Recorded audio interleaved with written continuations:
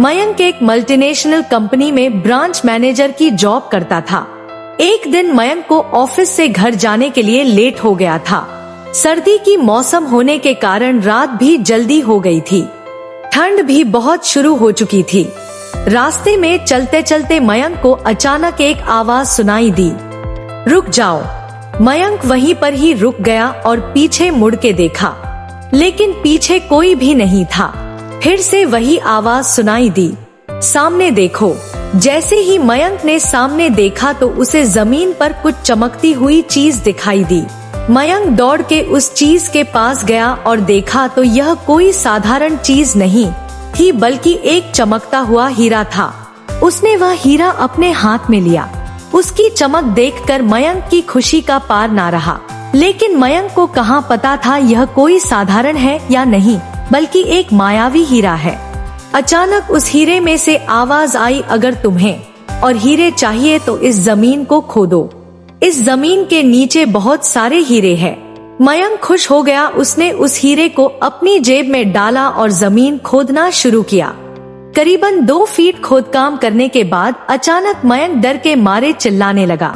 इसके कारण उसका संतुलन खो गया और जमीन पर गिर पड़ा, क्योंकि उस गड्ढे में से हीरे मोती नहीं बल्कि किसी इंसान का कटा हुआ सर मिला। अचानक वह सर हवा में उड़ने लगा और बोला, डरो मत, मैं तुम्हें कोई हानि नहीं पहुंचागा। मैं तुम्हें बहुत सारे हीरे जवेरात भी दूंगा।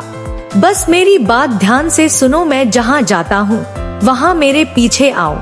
फिर वह सिर हवा में उड़ा और जंगल की ओर बढ़ने लगा। करीबन 1 किलोमीटर चलने के बाद वह सिर रुक गया। मयंक भी रुक गया।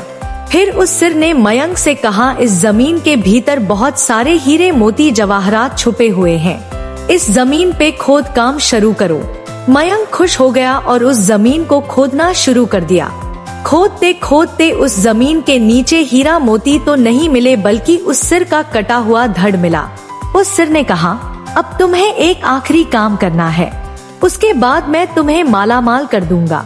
तुम्हें कहीं से भी एक लोटा खून लाना होगा। मयंक ने बोला, एक लोटा खून? पर मैं एक लोटा खून कहाँ से लाऊंगा? उस सिर ने कहा, चलो मेरे साथ। वो डरावना चेहरा मयंक को साथ लेकर थोड़ी दूरी पे गया।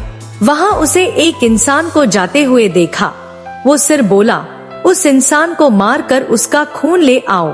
मयंक डर गया और बोला, नहीं नहीं, यह मुझसे नहीं होगा, मैं यह नहीं कर सकता। अगर तुमने यह काम नहीं किया तो मैं तुझे बहुत बड़ी मुसीबत में डाल दूंगा, फिर तुम्हारी पूरी जिंदगी नर्क बन जाएगी। मयंक ने हाथ जोड़कर उसे कहा, मुझे माफ कर दो।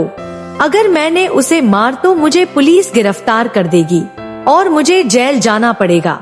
उस सिर ने अपने तंत्र मंत्र की शक्ति से एक छुरी और लोटा प्रकट किया और गुस्से से बोला, अगर तुम मेरा यह काम नहीं करोगे तो मैं तुम्हारे पूरे परिवार को मौत के गाढ़ उतार दूंगा। मयंक ने मजबूरी में आकर उस आदमी को मार डाला और उसका खून लेकर उस सिर के पास गया।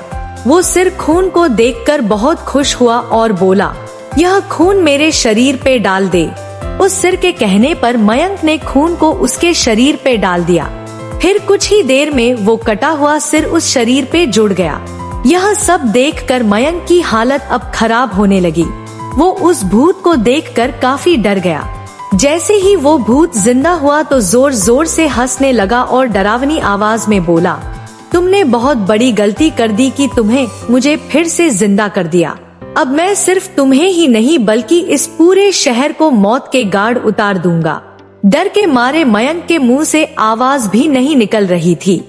वो अपने जान बचाने के लिए वहाँ से दौड़ा, लेकिन उस भूत ने छलांग लगाकर मयंक को जमीन पे गिरा दिया और बोला, मुझे बहुत भूख लगी है, अब मैं तुम्हारा मांस खाऊंगा। जैसे ही उस भूत ने मांस खाने के लिए आगे बढ़ा कि तुरंत ही उसका सिर धड़ से अलग हो गया। मयंक समझ नहीं पाया कि आखिर यह चमत्कार हुआ कैसे। जब मयंक ने पीछे मुड़कर देखा तो एक अगोरी बाबा खड़े थे। उस अगोरी बाबा ने कहा, जब तुम उस आदमी को मारकर उसका खून ले जा रहे थे तभी मैंने देख लिया था और समझ गया कि कुछ तो बुरा होने वाला है, इसीलिए मैं तुम्हारे पीछे पीछे यहाँ तक चला आया और मैंने अपनी मंत्र की शक्ति से उस भूत को फिर से मार दिया। अब तुम निश्चित होकर अपने घर जाओ, अब तुम पर कोई खतरा नहीं है। आज भी मयंक उस बात को याद करता है तो उसकी रूह तक कांपने लगती है। दोस्तों, आपको यह कहानी कैसी लगी प्लीज हमें कमेंट करके जरूर बताएं।